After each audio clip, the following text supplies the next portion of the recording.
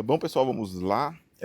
Fiquei fora uma semana, 8 dias ou 9 dias aproximadamente, e eu tenho que dar para vocês o feedback do que aconteceu. Bom, como eu falei no último vídeo, eu saí do meu apartamento e agora eu estou mais ou menos um nômade, um dia trabalhando em um lugar, outro dia em outro lugar. E, infelizmente, né, meu avanço no espanhol, ele continuou, mas ele não cresceu, tá? Eu tive que dar uma pausa por conta da mudança, da adaptação. Então, por exemplo, eu estou hoje num lugar bem bacana, aqui no Sesc de Jundiaí. Eu consigo fazer as minhas coisas aqui, então, meus trabalhos, meus estudos. E por conta dessa demora de uma semana, mais ou menos, o meu espanhol não teve um avanço considerável. Eu continuei estudando, mas não tive um avanço considerável. Vou compartilhar com vocês um avanço que eu tive, tá? O único avanço que eu tive, que foi com a professora Emily. Vou compartilhar a tela com vocês. Então, a professora Emily, ela tem 26 anos, se não me engano, 25 anos. E algo muito importante, tá? Para aprender um outro idioma, você tem que falar com outras pessoas. Você quer fazer o que com o idioma? Você quer conversar com outras pessoas, você quer interagir. Não teria lógica você aprender um monte de teoria se você não trouxesse a teoria à prática. E algo interessante, até o momento tive 3 professoras. A Diana, a Tatiana e a Emily, tá? Aqui na Preply. A Diana foi a mais teórica. Eu acho que por ser uma professora com mais experiência, ela seguiu o caminho normal da aprendizagem. A Tatiana foi a mais prática e, entre aspas, desenrolada. Tá? Eu não sei se eu tenho aqui a foto da Tatiana. Minhas aulas. Aqui, ó. Então, a Diana foi $3, mais ou menos aí seus R$ 18. A Tatiana foi a mais cara até o momento. Aqui deu mais ou menos uns 35, R$ 36. E aqui, essa minha última professora, que eu acabei de falar o nome para vocês e eu esqueci, Emily, tá? A Emily, ela custou também ali seus 15, 16, R$ 17. Das 3 professoras, a que mais me mostrou a importância de aprendizado teórico com vocabulário foi a Diana. A professora que mais me trouxe incentivo para a parte prática foi a Tatiana, tá? Ela é da Colômbia, então tem interesses em comuns do que eu busco, do que ela tem a oferecer. Ela é lá de Bogotá. E a professora Emily, eu fiz com ela a aula ontem, tá? Eu marquei sexta-feira passada, ela remarcou para ontem. Ela mesma falou que só dá aula para iniciantes, tá? Não que ela não consiga dar aula para intermediários, que é o que me julgam ser, tá? Tanto a professora aqui, Tatiana, como a Emily me julgam intermediário, mesmo eu não me considerando intermediário. É o que eu falo para vocês desde o começo, que para mim intermediário, né, é um básico, um avançado é um intermediário e assim por diante. Então, a Emily eu gostei por ela ter sim, né, uma forma de desenrolar, mas sinceramente para mim ela ficou com 4 estrelas por conta desse básico que ela atende. Então, algo importante em um professor que vocês têm que encontrar é o seguinte, tá? Vou até mudar a câmera aqui para olhar nos olhos. É o seguinte, o professor ele tem que saber dar aulas, isso é fato, mas melhor do que aprender a dar aulas, ele também tem que aprender como que se aprende outros idiomas. Então, a professora Diana, por exemplo, ela falava espanhol, inglês e francês, ela estava aprendendo, tá? Então, ela sabia como sair da sua própria zona de conforto para aprender uma outra língua. A professora Tatiana falava espanhol, castelhano também, inglês e mais uma outra língua que eu esqueci, se eu não me engano, alemão, que ela estava aprendendo. Então você começa a perceber que essas professoras, esses professores que estão indo em direção a aprender uma outra língua, ela sabe as dificuldades que você possui para o aprendizado de idiomas. A Emily, no entanto, ela fala espanhol porque ela é venezuelana e inglês intermediário, ou seja, ela está no mesmo barco que eu praticamente. Aí eu tenho português, eu falo como elas consideram um espanhol intermediário, eu tenho o inglês que eu considero intermediário, que alguns podem considerar avançado. Eu já mastiguei alguma coisa de francês.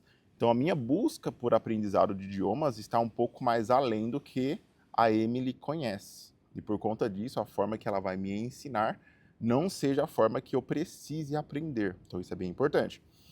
A professora Tatiana, por mais que ela custou mais caro, e ainda assim é barato, né? R$ 30, R$ 35 por quase uma hora de aula, ela foi a que mais me atendeu. Não é à toa que eu falei com vocês que eu vou fazer uma outra aula com ela, tá? Então eu estou na seguinte fase, me mudei, estou indo agora para lugares aleatórios, aliás, aqui é bem interessante, ó, lá atrás tem a prefeitura da cidade que eu moro, que é Jundiaí, estou aqui no Sesc, e eu tenho que continuar com essas minhas aulas práticas, e com a Emily eu consegui fazer algumas perguntas, porque a aula não desenrolou muito bem, eu não consegui gravar a aula, eu estava em um ambiente que tinha pessoas ao redor, e, sendo bem sincero com vocês, eu não me sinto confortável falando com muitas pessoas ao meu redor. Tá? Tem 30 pessoas passando atrás de mim e eu estou fazendo uma aula. Não é tão confortável quanto você estar em um escritório, como eu estava no apartamento, fazendo a aula sozinho. Tá? Algumas coisas que nós perguntamos, às vezes não fazem sentido para as pessoas que estão passando aleatoriamente naquele momento, como foi ontem. Mas eu perguntei para a Emily algumas coisas, para mim, muito importantes. E quais são essas coisas importantes? Eu trabalho home office. Por exemplo, hoje eu peguei o notebook, eu vim aqui no Sesc e eu posso ficar aqui até 5, 6, 7, 8, 9 horas da noite aprendendo, estudando, trabalhando. Então, uma coisa é fato, eu tenho tempo, mas eu tenho que organizar o meu tempo para que, com essa organização, eu aprenda o idioma da maneira correta. A professora Tatiana me falou que eu tenho que estudar, eu vejo lógica nisso, cerca de 2 horas por dia, para que até o final do ano eu esteja muito bem com o espanhol. Com a professora Emily, eu tentei bolar um plano de aprendizado. Por quê? Algumas dicas importantíssimas sobre produtividade. Muitas pessoas, elas não conseguem fazer algumas coisas que elas querem fazer de noite, porque na verdade elas são produtivas pela manhã. Algumas pessoas não conseguem fazer as coisas que elas querem fazer pela manhã, porque na verdade elas são produtivas de noite. Então você tem que descobrir qual horário que para você a sua produtividade ela reina mais.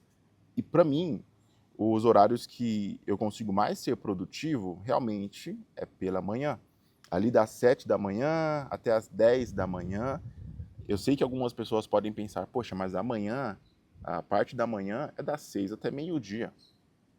Mas algumas pessoas, tá? Imagina um gráfico. Algumas pessoas têm ali um pico de produtividade das 8 até as 10, por exemplo. Então você tem que colocar nessas ocasiões, nesses horários, as tarefas mais difíceis. De repente, não as mais difíceis, mas as que vão te trazer maiores resultados. Como, por exemplo, aqui, o aprendizado de idiomas. Se eu tenho pela manhã mais produtividade, eu vou pela manhã aprender as partes que são mais difíceis. E o que eu falei com a Emily, que eu tentei bolar um plano com ela, foi que o que é prazeroso no espanhol? O que é fácil no espanhol? É o aprendizado passivo. Então, de noite, por exemplo, eu vou ali aprender de forma passiva o espanhol. Eu vou assistir uma série, eu vou assistir um filme, um desenho que seja, um vídeo no YouTube, porque eu estou ali deitado, eu estou de forma passiva recebendo informações. Eu vou anotar as palavras que eu não sei. De repente você acha muito chato fazer isto, mas com o passar do tempo, se você manter a sua rotina de assistir, por exemplo, um seriado, as palavras vão se repetir muitas vezes em sua mente e você não terá que anotar sempre as palavras. De repente, algumas palavras você não tenha que anotar, porque você mesclando o Duolingo, por exemplo, que é muito vocabulário com um seriado, você vai lembrar do significado daquela palavra que você viu no seriado por conta do Duolingo e com a repetição espaçada você vai conseguir então aprender o idioma. Então, de noite, a parte passiva e de manhã, a parte ativa. Então, você tem ali o seu pico de aprendizado por conta da produtividade das 8 até as 10, das 8 até as 9. Então vai ser esse horário exatamente que você vai usar para aprender o que é mais difícil, que é a parte ativa. Então, com essa professora aqui, com a Emily, eu tentei bolar isto, tá? E para mim deu muito certo, tá? Então, a minha função pela manhã, quando chegar no ambiente que eu vou trabalhar, é pegar meia hora, uma hora para praticar a parte ativa. Ler um texto, tentar marcar o que eu não entendi, e de noite ver um filme, um seriado, alguma coisa do tipo, totalizando aí pelo menos 1h30 a 2 horas por dia. Esse é meu plano de ação. Esse é um vídeo, mais um vídeo de feedback para vocês, como que está meu andamento. Então, eu me impressionei um pouco por me falarem que eu estou no intermediário, porque eu me considero básico. Eu julgo que eu consigo me desenrolar em coisas cotidianas, se eu fosse para a Colômbia, por exemplo, usando o meu espanhol. Mas está muito longe, por exemplo, de ter uma conversa um pouco mais madura, mais difícil, com mais conteúdo, com o conhecimento que eu tenho hoje. Então eu vou continuar fazendo o quê? Duolingo todos os dias, uma aula por semana. Eu vou repetir a aula com a Tatiana, vou falar com ela hoje, remarcar com ela hoje aqui na Preply. E vou fazer agora essa mudança brusca de passivo, eu vou de noite aprender, e ativo, eu vou pela manhã aprender, praticar. Bom, é isso. Espero que vocês tenham gostado e que vocês estejam acompanhando. Curta o vídeo, se inscreva no canal e compartilhe com seus amigos que queiram aprender um pouco mais sobre outros idiomas. E eu estou caminhando muito bem, tá? Eu comecei esse canal há cerca de um mês, então já tem bastante evolução em relação ao espanhol que eu não tinha antes. Bom, muito obrigado e eu te vejo em um de nossos próximos vídeos.